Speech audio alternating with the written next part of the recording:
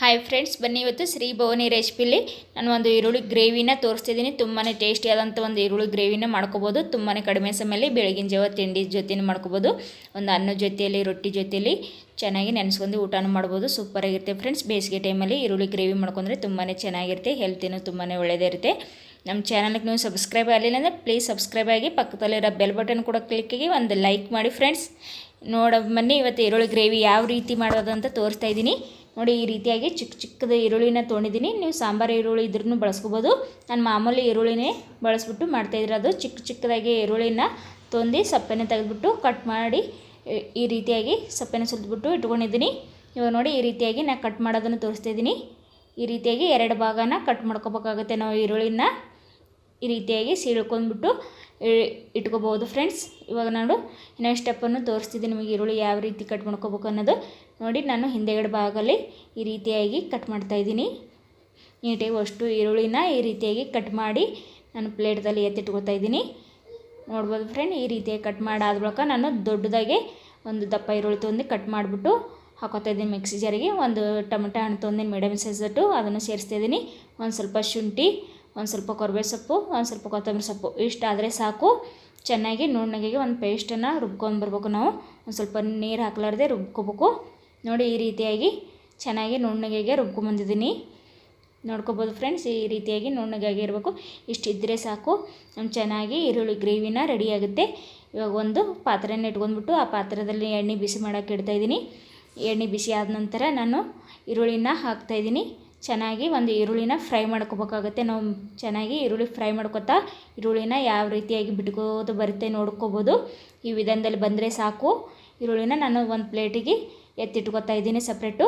ಇವಾಗ ನೋಡಿ, ಎಣ್ಣೆ ಜಾಸ್ತಿ ಆಗುತ್ತೆ ನಮ್ಮ ಒಗ್ಗರಣೆಗೆ. ಸ್ವಲ್ಪ ಎತ್ತಿಟ್ಕೋತಾ ಇದ್ದೀನಿ ಎಣ್ಣೆನ. ನಮಗೆ ಎಷ್ಟು ಬೇಕಾಗುತ್ತೆ ಅಷ್ಟು ಎಣ್ಣೆನ ಬಳಸ್ಕೋಬೇಕು. ಒಗ್ಗರಣೆಗೆ 4 ಸ್ಪೂನ್ ಅಷ್ಟು ಎಣ್ಣೆನ ಹಾಕೋತಿದ್ದೀನಿ.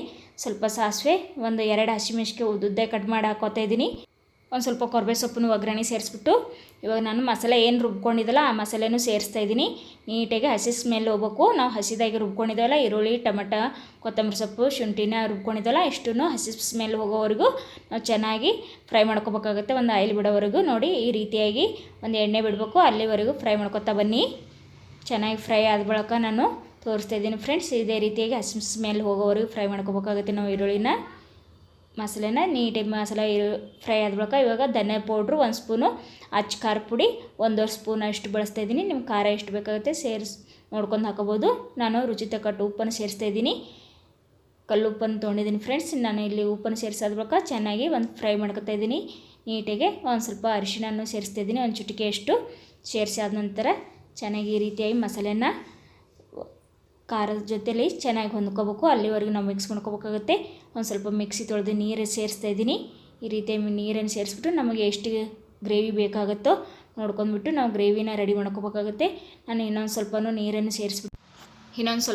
ಸೇರಿಸ್ಬಿಟ್ಟು ನಮಗೆ ಗ್ರೇವಿ ಎಷ್ಟು ಬೇಕಾಗುತ್ತೋ ಅಷ್ಟು ನೋಡ್ಕೊಂಡ್ಬಿಟ್ಟು ರೆಡಿ ಮಾಡ್ಕೋಬೋದು.